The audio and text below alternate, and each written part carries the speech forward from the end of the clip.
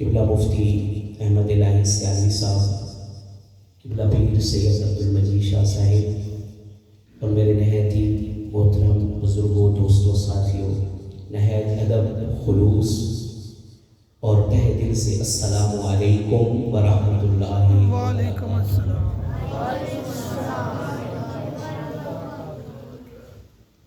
یہ دنیا دارالعمل ہے، جس دنیا میں ہم اپنی زندگی بسر کر رہے ہیں،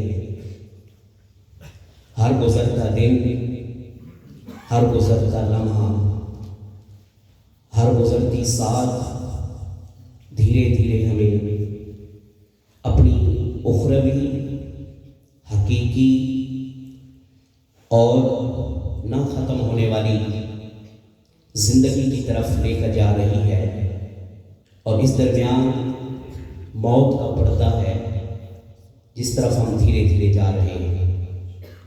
ہر وہ سیدھا چیز، ہر وہ نئی چیز جب خریدی جاتی ہے، دھیرے دھیرے اپنی شان و شوکت، اپنا عروج، اپنی ترقی، آہستہ آہستہ اس کا حسن زوال کی طرف چلا جاتا ہے۔ لکڑی کی مثال لے لیں، درخت کی مثال لے لیں، کپڑے کی مثال لے لیں، اسی طرح انسان کی زندگی کو بھی ایسی دیمک چاٹ رہی ہے جو دھیرے دھیرے وقت، یہ ایک دیمک ہے جو انسان کو دھیرے دھیرے موت کی طرف لے کر جا رہا ہے۔ تو بحیثیت مسلمان ہمیں اس چیز کے بارے میں سوچنا ہوگا۔ آپ جتنے احباب بیٹھے ہوئے ہیں یہاں پہ، اگر عمر میں کوئی ایسا بزرگ بیٹھا ہو جس کی عمر 70 سال سے زیادہ ہو، تو اگر ہم اس کی زندگی کا احاطہ کریں تو میں آپ کے سامنے حقیقت آپ کے سامنے رکھنا چاہتا ہوں جس سے ہم سب کو پتہ ہے، لیکن وجہ یہی ہے کہ ہم نے اس کے اوپر من و من مٹی رکھی ہوئی ہے۔ کیسے کہ ایک بچہ جب پیدا ہوتا ہے تو باپ کے آنگن میں کھلنے والا وہ پھول، جب وہ بچہ پیدا ہوتا ہے تو پیدا ہونے سے لے کر باپ اس کے لیے سہانے خواب دیکھتا ہے۔ خواب کیا دیکھتا ہے؟ اس کی اچھی تربیت کروں گا، اس کو اچھے اسکول میں ڈالوں گا، اچھے مدرسے میں ڈالوں گا، اچھی تعلیم اس کے لیے مہیا کروں گا۔ اب ساتھ ساتھ دیگر اخراجات کو پورا کرنے کے لیے وہ صبح سے لے کر شام تک اس تگ و دو میں رہتا ہے کہ میں اپنی اولاد کے لیے، اپنے اس بچے کے لیے، اسی بزرگ کی مثال لے لیں کہ جب وہ کڑیل نوجوان تھا اس نے اپنی اولاد کے لیے کئی سہانے خواب دیکھے تھے، اس نے بڑے بڑے منصوبے بنائے تھے۔ منصوبہ کیا تھا؟ بچہ بڑا ہوگا، تعلیم دلاؤں گا، تربیت کروں گا، اچھے سے اچھے اسکول میں اس کے لیے جو ہے تعلیم اس کے لیے جو ہے مہیا کروں گا، اور وہی بچہ جب بڑا ہونے لگتا ہے تو اس کے لیے سواری کا بندوبست کرے گا، اور دوسری طرف وہی نوجوان جو کڑیل نوجوان تھا اب دھیرے دھیرے بڑھاپے کی طرف جب قدم رکھتا ہے تو وہ سوچتا ہے کہ اپنے بچے کے لیے کوئی ایسا محل بناؤں، ایسا مکان بناؤں، ایسی پلاننگ کروں کہ جب یہ اپنے پاؤں پہ کھڑا ہو تو اس کو کوئی سہارا مل جائے، اس کے لیے کوئی جگہ مل جائے۔ اور دوسری طرف وہ دھیرے دھیرے اپنی عمر کے اس حصے کی طرف جا رہا ہوتا ہے جہاں پہ پاؤں نے ویسے کام نہیں کرنے، گھٹنوں نے ویسا کام نہیں کرنا۔ اب اتنی لمبی پلاننگ وہ کرتا ہے کہ بڑھاپے کی طرف جب پہنچ جاتا ہے، عالی شان محل بن جاتا ہے، خوبصورت گھر بن جاتا ہے۔ اب وہ اپنے بچے کی جو ہے سیرا سجانے کے لیے خواب دیکھتا ہے، پلاننگ کرتا ہے، اپنے بچے کو دولہا بنا دیتا ہے۔ اب جب گھر اس کو بنا کر اس کے حوالے کر دیتا ہے اور دھیرے دھیرے وہ موت کی طرف چلا جاتا ہے، اس دنیا سے رخصت ہو جاتا ہے، تو یہاں پر امام غزالی بڑی خوبصورت بات کرتے ہیں کہ اے نوجوان، تو کڑیل نوجوان تھا، دھیرے دھیرے تو جو ہے بڑھاپے کی طرف آیا، اب جب تیری وقت آیا کہ تو سکون سے بیٹھے گا، تو سکون سے کھائے گا، تو نے اتنی لمبی پلاننگ کی کہ تو اپنی جو ہے جوانی کی زندگی گزار دی، بڑھاپے کی زندگی گزار دی، دھیرے دھیرے تو قبر کی طرف چلا گیا۔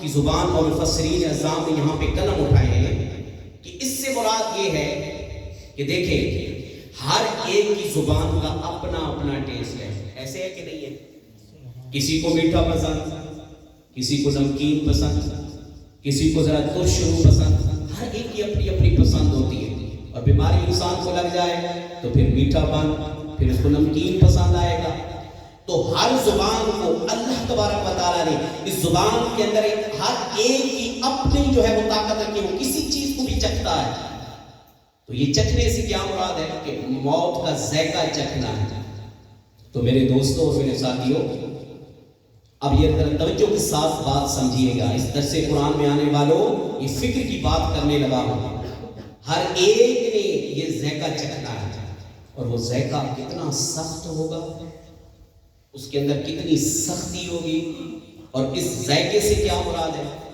اس ذائقے سے مراد ہے ہر بندے کے جتنے اعمال ہوں گے اس اعمال کے مطابق. اور ذائقہ چکھتے ہیں، یاد رکھیں جب ہم کھانے میں کوئی ذائقہ چیک کریں تو صرف زبان کو احساس ہوتا ہے. کس کو احساس ہوتا ہے؟ زبان کو احساس ہوتا ہے. لیکن علماء کہتے ہیں اس لفظ ذائقہ جو عربی کا لفظ ہے، جب یہ موت کا ذائقہ چکھے گا تو پورے جسم کو احساس ہوگا. پورے جسم کے اندر وہ ذائقہ جائے گا. اور وہ ذائقہ کس نوعیت کا ہوگا؟ ہر ایک بندے کا اپنا اپنا ذائقہ ہوگا. جس طرح ہر ایک کی اپنی اپنی ٹیسٹ ہے. کتنا ہوگا؟ جتنے اس کے اعمال ہوں گے. جتنے اس کے کیا ہوں گے؟ دوست بولو نا. جتنے اس کے کیا ہوں گے؟ اعمال ہوں گے. جننے ساڈے کم ہون گے، جننے اسی چنگے کم تے برے کم کیتے ہوں گے، ہر بندے کو اتنا ہی موت کا ذائقہ چکھنا. اگر ہم نافرمان ہوئے تو نافرمانی والا وہ ٹیسٹ ہوگا، اور وہ ٹیسٹ اتنا سخت ہوگا آگے چل کے بتاتا ہوں. اور اگر وہ ترش روح ہوگا تو ہمارے اپنے ہی اعمال کے مطابق ہوگا. وہ میٹھا ہوگا ہمارے اپنے اعمال کے مطابق ہوگا کہ جس کا جتنا اچھا کام ہوگا. اب مجھے اسی ذائقے کی مثال کو آپ کے سامنے رکھتا ہوں. اما عائشہ رضی اللہ تعالی عنہ، تیری اور میری پیاری ماں، آپ کیا فرماتی ہیں؟ فرماتی ہیں جب سرکار دو عالم نور مجسم نیر تابا تیرے اور میرے آقا مدنی آقا نجبال آقا سونے آقا جناب محمد مصطفیٰ صلی اللہ علیہ وسلم، آپ جب مثال آپ کے وقت مثال کا وقت تھا، اما عائشہ فرماتی ہیں میرے آنکھوں میں آنسو تھے. سرکار دو عالم نور مجسم کا سر انور میری جھولی میں تھا. اب ذرا اسی ذائقے کو، اسی ذائقے کی مثال کو سامنے رکھیے گا کہ جس کے جتنے اعمال ہوں گے. اب یاد رکھیے گا علماء فرماتے ہیں کہ حضور کا ہر فعل، حضور کا ہر عمل، حضور کی ہر زندگی کا ہر طریقہ یہ امت کے لیے سبق تھا، امت کو سکھانا مقصود تھا. اما عائشہ فرماتی ہیں جب ہمارے پیارے آقا جناب محمد مصطفیٰ صلی اللہ علیہ وآلہ وسلم کی وصال کا وقت قریب آتا ہے، آپ کا سر انور میری جھولی میں تھا. اما عائشہ فرماتی ہیں سرکار پانی منگواتی ہیں، پانی کے جو ہے پیالے میں پانی منگایا جاتا ہے، سرکار کے قریب رکھا جاتا ہے. آپ کے ہونٹ مبارک خشک ہو جاتے ہیں، اور جب خشک ہوتے ہیں آپ اپنا ہاتھ مبارک اس پانی کے اندر تر کرتے ہیں. تر کرنے کے بعد اپنے ہونٹ مبارک پر پھیرتے ہیں، اپنے چہرے مبارک پر پھیرتے ہیں. آپ کے ہونٹ مبارک خشک ہو جاتے ہیں. اما عائشہ فرماتی ہیں جب یہ منظر میں دیکھتی ہوں میری آنکھوں میں آنسو آتے ہیں. اور بعد میں آنے والوں کو بتایا کہ لوگوں اگر کوئی یہ کہے کہ فلاں بندہ سختی موت کی وجہ سے مر گیا، کہا میں نے جو سرکار دو عالم کی روح نکلنے کے وقت کو دیکھا تھا تو امت کے لیے یہ سبق تھا کہ اس جان نکلنے کے عالم اتنا سخت ہوتا ہے کہ سرکار دو عالم نور مجسم تیرے اور میرے آقا پانی کے کٹورے میں ہاتھ رکھ کر جب اپنے لبوں پر لگا رہے تھے، ساتھ ساتھ کے دعا مانگ رہے تھے اللہم بالرفیق الاعلیٰ، اے اللہ میں دعا کرتا ہوں کہ تو جلد جلد اپنے یار کی طرف مجھے، یعنی اپنی طرف مجھے بلا لے. اپنے رفیق یعنی تو میرا رفیق ہے، تو اعلیٰ ہے، مجھے اپنی طرف بلا لے. تو کہتے ہیں کہ یہ جو نزاع کا وقت تھا، یہ جو سختی کا وقت تھا، یہ امت کے لیے سبق تھا کہ سرکار اگر اس سختی کی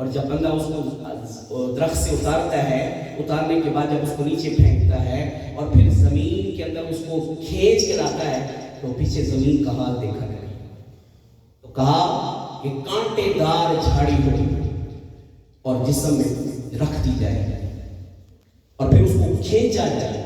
کیا کیا جائے؟ اس کو کھینچا جائے۔ کھینچنے کے ساتھ جتنا درد اور جتنی تکلیف جسم کو ہوگی، کہا اس سے بھی کہیں زیادہ موت کی سختی، اس سے بھی زیادہ کیا ہے؟ موت کی، کیا ہے؟ موت کی سختی۔ ہم نے پلاننگ نہیں کی، ہم نے منصوبہ نہیں بنایا، ہم صبح اٹھتے ہیں اس سوچ کے ساتھ اٹھتے ہیں کاروبار کریں گے، منافع کریں گے، ہم کاروبار میں پیسہ لگائیں گے، ہم اپنے بچے کے لیے یہ سہولیات پرووائڈ کریں گے۔ پگلے اتنا تو سوچ کہ یہ کوئی تیری منزل نہیں، تیری منزل قبر ہے۔ دنیاوی معاملات بھی ساتھ کر تو ساتھ میں اپنے رب کو بھی یاد کر، اپنے رب کو بھی یاد کر۔ ایک بادشاہ تھا نا، بادشاہ، اس نے اپنے وزیر کو کہا، وزیر تو بڑا عقل مند بنتا ہے، عقل مند بنتا ہے، تو ایسا کر مجھے 2 سوالوں کے جواب دے دے، سب سے بڑا سچ کیا ہے اور سب سے بڑا جھوٹ کیا ہے۔ اگرچہ یہ بادشاہوں کی کہانیوں میں حقیقت نہیں ہوتی لیکن ہمیں سبق ملتا ہے، یاد رکھیے۔ اچھا وہ اب وزیر تھا اور کہا کہ اگر تم شام تک اس کا جواب نہ لائے تو ہم تیری گردن اڑا دیں گے۔ اب وہ نکلا اس سوچ میں کہ اب میں کیا بتاؤں کہ دنیا کا سب سے بڑا سچ کیا ہے، جھوٹ کیا ہے۔ کہتا نکل گیا۔ اب اس سوچ کے ساتھ کہ کوئی ملے میں اس سے جواب تو پوچھوں، کوئی جواب دیتا ہے، کوئی جواب دیتا ہے، کوئی جواب دیتا ہے، لیکن میرے دل کو تسلی نہ ملی۔ کہتا ہے جاتے جاتے جاتے اچانک میں کیا دیکھتا ہوں کہ جھاڑیوں کے پاس بیٹھا ایک بابا تسبیح کے دانے پھیر رہا، اور میں اس سے پوچھتا ہوں، وہ مجھے بلاتا ہے، بیٹا ادھر آؤ، جن سوالوں کو تم تلاش کر رہے ہو ان سوالوں کے جواب تجھے معلوم ہے لیکن تم نے اس جوابات کے اوپر مٹی ڈالی۔ اس نے کہا کہ کیسے؟ اب کتنا خوبصورت جواب دیا۔ کہا کہ بیٹا بیٹھو میرے سامنے۔ کہا دنیا کا سب سے بڑا سچ یہ ہے کہ موت نے آنا، کہ موت نے آنا، یہ سب سے بڑا سچ ہے جس کو ہم بھلائے بیٹھے۔ اور کہا جھوٹ سب سے بڑا یہ ہے بیٹے کہ زندگی نے ختم ہونا ہے، زندگی نے ختم ہونا ہے۔ کہا کہ پتر اب ایک اور بات میری طرف سے بھی سنتا جا کہ دنیا میں سب سے زیادہ تو بتا سب سے زیادہ پیاری چیز کیا ہے؟ کہنے لگا ماں باپ۔ کہا نہیں۔ اب بزرگ کہتے ہیں نہیں۔ وہ وزیر ہل گیا، کہتے ہیں بزرگوں بتاؤ تو صحیح کہ دنیا میں سب سے پیاری چیز کیا ہے؟ کہا مطلب۔ کہا کیا؟ مطلب۔ کہا وہ کیسے؟ کہا اگر میں تمہیں اس سوالوں کے جواب نہ بتاتا اور تمہیں بدلے میں کہتا کہ وزیر تو اگر مجھے بتا دے اور اگر میں تمہیں جواب بتا دوں تو اس کے بدلے میں تم مجھے کیا دو گے؟ تو وہ وزیر کہنے لگا اس کے بدلے میں اگر جو دولت میرے پاس ہے، جو بادشاہ نے مجھے عطا کر رکھی ہے، ساری دے دیتا، اپنی جان کو بچاتا۔ کہا کہ پھر مطلب آ گیا نا بیچ۔ مطلب تو یہ ہے نا کہ اپنے مطلب کے لیے، اپنی چیز کے لیے اپنی جان سب کو پیاری ہوتی ہے۔ تو یہ دنیا کا سب سے بڑا سچ ہے جس کو ہم نے بھلایا ہوا ہے، جس کو ہم نے چھپایا ہوا۔ کہا بیٹے یاد رکھ کہ تو جا تو رہا ہے، ان سوالوں کے اوپر دوبارہ مٹی نہ آنے دینا، اور یہی وجہ ہے کہ ان سوالوں کے اوپر ہم نے مٹی ڈال کر اس زندگی اس دنیاوی زندگی کو جو پسند کر رہے ہیں منومن مٹی اوپر ڈال کے ہم نے موت کو ہم نے بھلا رکھا ہے۔ موت کو کیا کر رکھا ہے؟ اتنی سخت ہے یہ موت، کوئی اتنی آسان تو نہیں جو ہم نے بھی دیکھی۔ مرغی کے اوپر چھری پھیرتے ہیں نا، آپ میں سے کئی ایک نے مرغی کو ذبح کیا ہوگا۔ جب ذبح کرنے کے بعد فوراً اس کی روح نہیں نکلتی، وہ تڑپتی ہے اور وہ تڑپ تڑپ کے آہستہ آہستہ اس کی جان نکلتی ہے۔ ہم نے بھی یہ اس منظر سے ہم نے بھی گزرنا ہے، اس لمحے سے ہم نے بھی گزرنا ہے، اس لمحے سے ہم نے بھی گزرنا ہے۔ اگر ہمارے پیارے نبی صلی اللہ علیہ وآلہ وسلم پانی کا پیالہ منگا کر اپنے ہونٹوں کو تر فرما رہے ہیں، اپنے چہرے مبارک کے اوپر پانی ڈال رہے ہیں، اور اللہم بالرفیق الاعلیٰ کے جو ہے بلند آواز نعرے لگا رہے ہیں، اس سختی کو ذرا تو دیکھیں۔ یہ ہمارے جو ہے امت کے لیے سبق ہے کہ اے امت دیکھ لو، اگر تمہارے نبی اس سختی کو برداشت کر رہے ہیں، تم کیسے برداشت کرو گے؟ تم کیسے برداشت کرو گے؟ حضرت ابراہیم اللہ کے پاک پیغمبر اللہ کے حضور پیش ہوئے نا، کہا ابراہیم یہ تو بتا کہ موت کی سختی کو تم نے کیسے محسوس کیا؟ حضرت ابراہیم نے جواب دیا، میرے مالک اس سختی کا عالم یہ ہے کہ مجھے ایسے لگا جیسے میرے ہاتھ اور پاؤں کو باندھ دیا گیا، اور پھر اس کے بعد میری روح کو اس طرح کھینچا گیا ہو کہ گرم سلاخ ہو، گرم سلاخ جس کے اوپر آپ جو ہے یہ بھونتے ہیں، اس کوئلوں کے اوپر اتنی گرم ہو چکی ہو، اور پھر اس گرم کو نرم روئی کے اوپر رکھ دیا ہے، اور پھر روئی کے اوپر رکھ کے اس کو پھر نکالا جائے۔ مجھے یہ تو بتاؤ روئی اس کے ساتھ چمٹے گی کہ نہیں چمٹے گی؟ جلے گی کہ نہیں؟ اس کے ساتھ چمٹے گی کہ نہیں؟ کہا اسی سختی کو میں نے محسوس کیا تھا۔ تو اللہ تبارک و تعالیٰ کی طرف سے جو ہے آواز آئی، اے ابراہیم پھر بھی ہم نے تمہارے لیے موت کو آسان کر دیا، پھر بھی ہم نے تمہارے لیے موت کو کیا کر دیا ہے؟ تو ہم کس بات کی بولی ہے؟ ہم کہاں جائیں گے؟ ہم کہاں پہ کھڑے ہوئے ہیں؟ ہم نے کیا جواب دینا ہے؟ ہم کیسے؟ اور پھر اس سٹیج سے گزرنے کے لیے ہم نے کیا تیاری کر رکھی ہے؟ ہم نے موت کو، اس موت کے ذائقے کو کس طرح چکھنا ہے؟ یہ تو ہم سب کو جواب تو ہونا چاہیے ہمارے پاس۔ تو میرے دوستوں اور میرے ساتھیوں، آخری پیغام دے کر دھیرے دھیرے تقریر کو اختتام کی طرف لے کے جا رہا ہوں۔ اس سے پہلے کہ ہمارا اعلان ہو، اس سے پہلے کہ ہمیں موت آ کے لپک جائے، اور ذائقہ چکھنا اتنی دیر ہوتی ہے جیسے ذائقہ بدن چکھتا ہے، تو چکھنے کے بعد حضرت براء بن عازب سارے بولے رضی اللہ تعالیٰ عنہ، وہ فرماتے ہیں سرکار دو عالم نور مجسم تیرے اور میرے آقا جناب محمد مصطفیٰ صلی اللہ علیہ وآلہ وسلم جب ایک نوجوان کی قبر مبارک تیار ہو رہی تھی، سرکار تشریف لے آئے، آپ مبارک قبر کے پاس کھڑے ہو کر بیٹھ گئے۔ بیٹھنے کے بعد آپ نے زمین کو کریدنا شروع کیا۔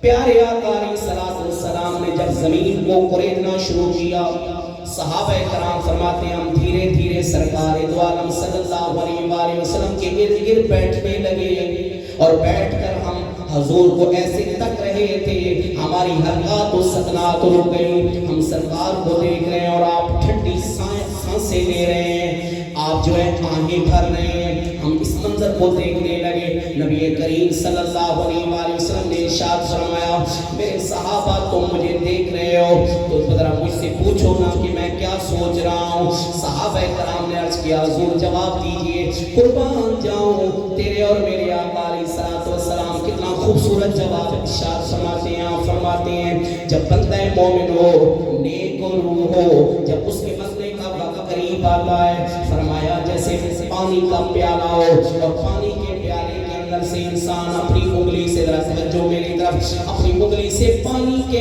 اس کٹورے کے اندر جب ہاتھ ڈالے، اور ہاتھ ڈالنے کے بعد جب قطرہ نکالے تو پانی کو محسوس نہیں ہوتا، فیل نہیں ہوتا، ایسے اس کو درد محسوس نہیں ہوتا۔ فرمایا بندہ مومن ہو، نیک ہو، اس کی روح ایسے نکلتی ہے جیسے پانی کے اندر سے قطرہ نکل رہا۔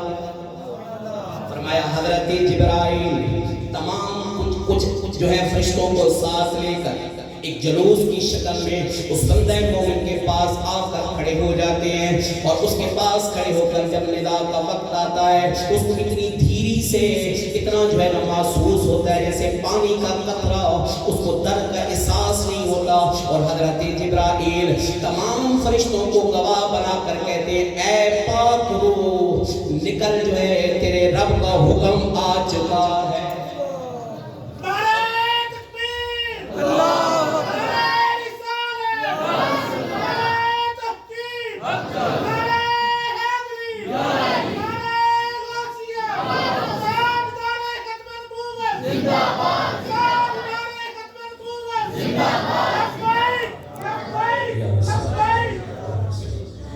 ذرا توجہ کے ساتھ سماعت فرمائیے گا. پھر اس مبارک روح کو جب نکلنے کے بعد یاد رکھیے جب روح نکلتی ہے پاؤں کی طرف ناخن جو ہوتے ہیں دائیں طرف کے پاؤں کی طرف انسان کی روح کو نکال دیا جاتا. جسم جو ہے وہ باقی ہوتا ہے. روح کو نکلنے کے بعد حضرت جبرائیل علیہ السلام و حضرت جو ہے اسرائیل علیہ السلام اس مبارک روح کو خوشبوؤں کے حلے میں لے کر جنتی کفن پہنا کر دوبارہ رب کی بارگاہ میں لے جایا جاتا ہے. اور جب فرشتے راستے میں دیکھتے ہیں پوچھتے ہیں کون بندہ ہے, فرمایا اللہ کا نیک بندہ, تو سارے فرشتے مرحبا کی آوازیں لگاتے ہیں. لگانے کے بعد جب رب کی بارگاہ میں اس روح کو پیش کیا جاتا ہے تو مبارک روح رب کی بارگاہ میں سلام پیش کرتی ہے. کیا پیش کرتی ہے؟ سلام پیش کرتی ہے. اور پھر اس مبارک روح کو ادھر کفن کے انتظام ہو رہے ہوتے ہیں, ادھر جو ہے اعلان کیا جاتا ہے اور اس بے جان جسم کو اٹھا کر جنازے کی چارپائی پر لگا کر دھیرے دھیرے قبرستان کی طرف لے جایا جاتا ہے. اے انسان, اے میرے مسلمان بھائیو, ایک وقت ہمارا بھی آنا ہے جنازے کی صورت میں. ہمیں بھی کندھوں کے اوپر اٹھا کر ہمارے اپنے دوست, ہمارے اپنے بھائی, ہمارے اپنے سگے رشتہ دار, ہمارا اپنا بیٹا, ہمارا اپنا پوتا, ہمارے اپنے بیٹے, ہمارے اپنے لختی جگر, ہمیں گھر سے اٹھا کر ہمیں گھر کی جو ہماری ملکیت تھی, جو ہمارا سرمایہ تھا, جو ہمارے خون کی محنت سی, اسی گھر سے ہمیں کو نکال دیا جائے گا. اب دھیرے دھیرے قبرستان کے اندر رکھ کر ہمیں جب جو ہے قبر کے اندر دفنا دیا جاتا ہے, جنازہ پڑھنے کے بعد جب دفنا دیا جاتا ہے, اللہ تبارک و تعالیٰ کی طرف سے حکم ملتا ہے فرشتوں اس روح کو, مبارک روح کو دوبارہ لے جاؤ اور جسم میں داخل کر دو, کیونکہ اب ممکن نہیں جب اس سے سوال کریں گے یہ ہمارا بندہ ہے. اب اس کی قبر انور میں جب اس کی روح کو ڈال دیا جاتا ہے, سرکار دو عالم تشریف لے آتے ہیں. اب ممکن نکیر سوال کر رہے ہوتے ہیں قربان جاؤں, اور دوسری طرف جب بندہ نافرمان ہو, گناہگار ہو, بدکار ہو, سیاہکار ہو, سارے فرشتے آ کر حضرت ابراہیم نے سوال کیا تھا, اے اسرائیل بتا تو صحیح جب تو روح نکالنے کے لیے آتا ہے تیری حیبت, تیری شکل کیسے ہوتی ہے؟ حضرت اسرائیل ہاتھ باندھ کے کہتے ہیں اللہ کے نبی مجھ سے ایسا سوال نہ کیجیے, آپ سے برداشت نہیں ہوگا. اور نبی اتنا پاورفل بندہ ہوتا ہے. حضرت اسرائیل ہاتھ باندھ کر کہتے ہیں حضور مجھ سے ایسا سوال نہ کیجیے گا. حضرت ابراہیم کہتے ہیں نہیں میں دیکھنا چاہتا ہوں. حضرت اسرائیل عرض کرتے ہیں حضور اپنا چہرہ مبارک کو پھیریے. جب آپ اپنے چہرہ مبارک کو پھیرتے ہیں اور جب آپ کہتے ہیں حضرت اسرائیل عرض کرتے ہیں حضور چہرہ میری طرف کریں, اتنی کبھی صورت ہوتی ہے, اتنی بدبودار صورت ہوتی ہے, اتنی کبھی صورت ہوتی ہے. حضرت ابراہیم کے رونگٹے کھڑے ہو جاتے ہیں, جسم پر لرزہ طاری ہو جاتا ہے, خوف کے عالم کے اندر آپ کی مبارک آنکھوں میں آنسو شروع ہو جاتے ہیں. حضرت اسرائیل ہاتھ باندھ کر کہتے ہیں حضور مجھے معاف کیجیے گا, میرا تو دل آپ کا دل دکھانا گوارا نہیں تھا. میرے دوستوں مجھے اتنا تو بتاؤ, اللہ کے پاک نبی اتنی پاورفل والا بندہ, اگر حضرت ابراہیم علیہ السلام اس کبھی شکل کو نہیں دیکھ سکتے تو میرے دوستوں میرے ساتھیوں اس نظام کے عالم میں ہمیں بھی جو ہے گزرنا ہے, ہمیں بھی اس وقت سے گزرنا ہے. ہمارے سامنے بھی حضرت اسرائیل نے آنا ہے, ہمارے سامنے آ کر کھڑے ہونا ہے. کون اسرائیل جو بے درد ہے, کون اسرائیل جو تمام ذاتوں کا ظالم ہے. اس لیے ظالم ہے کہ محمد بن غزالی, امام غزالی فرماتے ہیں کہ ہر وہ کیونکہ یہ صفت ہے اس کے اندر ظلم کرنے کی, اگر اس کے اندر رحم کی صفت ہوتی وہ کبھی کسی کی روح نہ نکالتا. جو بے درد ہے, جو بے رحم ہے, جس کے پہلو میں دل نہیں, جو نرم دل نہیں رکھتا, وہ رب کے حکم کا پابند ہے. ہماری روح نکالنے کے لیے جب آئے گا میرے دوستوں میرے ساتھیوں, ہماری ماں ہمیں نہیں بچائے گی, ہمارا باپ ہمیں نہیں بچائے گا, ہمارے یار ہمیں نہیں بچائیں گے, ہماری دولت ہمیں نہیں بچائے گی, ہمارا سرمایہ ہمیں نہیں بچائے گا, ہماری گاڑی ہمیں نہیں بچائے گی, ہماری ساری دولت ایک طرف, ہمارے اپنے بیٹے ہمارے پاس بیٹھے ہوں گے وہ ہمیں نہیں بچائیں گے. اگر اس وقت ہماری جان کے لیے کام آنا ہے تو ہمارے عمل میں آنا ہے, ہماری نمازوں میں آنا ہے, ہماری زکات میں آنا ہے, ہماری ہماری حج نے آنا ہے، ہمارے نیک کاموں نے آنا ہے، تو اس سے پہلے کہ وہ وقت قریب آ جائے، اس سے پہلے کہ وہ دھیرے دھیرے وقت جو ہمارے قریب آ رہا ہے، تو ہم اس کے لیے تیاری کریں تاکہ جب روح نکلے اور حضرت عزرائیل سامنے آئے تو ہم پہلے سے تیار بیٹھے ہوں. ہم تو اپنے رب کی ملاقات کے لیے تیار بیٹھے. اللہ اکبر. تو میرے دوستوں، میرے ساتھیوں، اختتامی الفاظ کی طرف جا رہا ہوں. تو اپنے اس قیمتی وقت کو، جتنے بزرگ دوست اور ساتھی بیٹھے ہیں، جتنے نوجوان بیٹھے ہیں، آپ اپنا قیمتی وقت آج موبائلوں کے اوپر صرف کرتے ہیں، اور جتنے میرے بزرگ اور میرے نوجوان ساتھی بیٹھے ہوئے ہیں، اب دھیرے دھیرے وقت ہمارا ختم ہو جا رہا ہے. آپ جب بزرگ بیٹھے ہیں، ان بچوں کو دیکھیں، کل آپ بھی بچے تھے، اور بچے آپ دیکھیں کہ آپ کے سامنے بزرگ بیٹھے ہوئے ہیں. دھیرے دھیرے آپ نے بھی اس وقت کی طرف آنا ہے. تو میرے دوستوں، میرے ساتھیوں، وقت اتنا تیزی سے گزر رہا ہے، دھیرے دھیرے ہم موت کی طرف جا رہے ہیں. تو میرے دوستوں، ساتھیوں، اس رب کے ساتھ اپنی یاری لگا لو. کسی نے پوچھا حضرت امام غوث اعظم سے کہ حضور یہ تو بتائیے کہ موت اگر آسانی سے نکلے تو ہم کون سا کام کریں؟ تو حضرت امام غوث اعظم نے کتنا خوبصورت جواب دیا. اور 11ویں منانے والوں، حضور غوث اعظم کی بات تو سنو، انہوں نے کتنا خوبصورت جواب دیا. اللہ اکبر. میرے دوستوں، میرے ساتھیوں، اب دھیرے دھیرے انسان کو غفلت سے جاگنا ہوگا. اس سے پہلے کہ دور جو ہے وہ قرب ہم قریب آ جائیں، اس سے پہلے کہ وقت قریب آ جائے، آپ نے کتنا خوبصورت جواب دیا. آپ نے فرمایا اگر اپنی موت کو آسان کرنا چاہتے ہو، اپنے رب کو راضی کر لو. اپنے رب کو راضی کر لو. 5 وقت کی نمازی بن جاؤ. صبح و شام قرآن کی تلاوت کرنے والے بن جاؤ. اور کاروبار کرنے والوں، صبح سے لے کر شام تک اپنے کاروبار کی فکر کرنے والوں، اپنے رب کو یاد کر لو. کیونکہ نبی کریم صلی اللہ علیہ وسلم نے ارشاد فرمایا، یہ اسرائیل، کسی نے پوچھا اے اسرائیل، جب لوگ کسی کے گھر میں آتے ہیں، دستک دے کے آتے ہیں، اور تو بن بلائے آ کر روح نکال کے چلا جاتا ہے، تو حضرت اسرائیل نے کتنا خوبصورت جواب دیا، میں تو روزانہ آ کر تمہیں دستک دیتا ہوں. جب تم رات کو سوتا ہے تو سونا بھی یہ موت کی بہن ہے. سونا جو ہے یہ ایسے ہی ہے جیسے تم موت کی وادی میں جا رہے ہو، اور جب تم بیمار ہوتے ہو یہ بھی میرا بلاوا ہوتا ہے، اور جب تم جنازوں کا اعلان سنتے ہو یہ بھی میرا بلاوا ہوتا ہے. میں بغیر اجازت نہیں آتا. دھیرے دھیرے ہر طرف سے تمہیں موت یاد دلانے کے لیے کبھی نہ کبھی تم قبرستان جاتے ہو. قبرستان کی قبر کو دیکھ کر تمہیں یاد دہانی تو ہوتی ہوگی کہ تم نے مرنا ہے. تو میرے دوستوں، میرے ساتھیوں، میرے نوجوانوں، اس سے پہلے کہ وقت قریب آ جائے، خدا را اپنی زندگی کی طرف دیکھو. ہر بندے کو پتہ ہے میں کتنا نیک ہوں. ہر بندے کو یہ احساس ہونا چاہیے اپنے رب سے یاری لگا لو، اپنے رب کو منا لو، اپنے رب سے محبت کر لو، اپنے رب سے یاری لگا لو. اگر اپنے رب سے پیار کرو گے تو پھر تمہاری روح اس طرح نکلے گی جس طرح پانی کا قطرہ نکلنے سے پانی کو احساس نہیں ہوتا. اگر ہم نافرمان ہوئے، ماں باپ کو تنگ کرنے والے، اپنے استادوں کو تنگ کرنے والے، بے نمازی اگر قرآن کی تلاوت کرنے والے نہ ہوئے، اگر اب اس دنیا میں رہ کر، اس دنیاوی زندگی میں رہ کر اتنے غفلت کا شکار ہو گئے، تو پھر موت کی سختی میرے دوستوں اتنی سخت ہونی ہے کہ ہم سے برداشت نہیں ہونی. تو آئیے اب عہد کریں کہ آج کے بعد ہم 5 وقت کی نماز، 5 وقت کی کیا پڑھیں گے؟ نماز پڑھیں گے. دعا ہے اللہ تبارک و تعالیٰ مجھ سمیت آپ سب کو ان تمام نیک باتوں اور ان دروس قرآن کی خوبصورت محفل کے صدقے اللہ تبارک و تعالیٰ ہم سب کی مغفرت فرمائے، ہم سب کے صغیرہ و کبیرہ گناہوں کو معاف فرمائے. وآخر دعوانا ان الحمدللہ.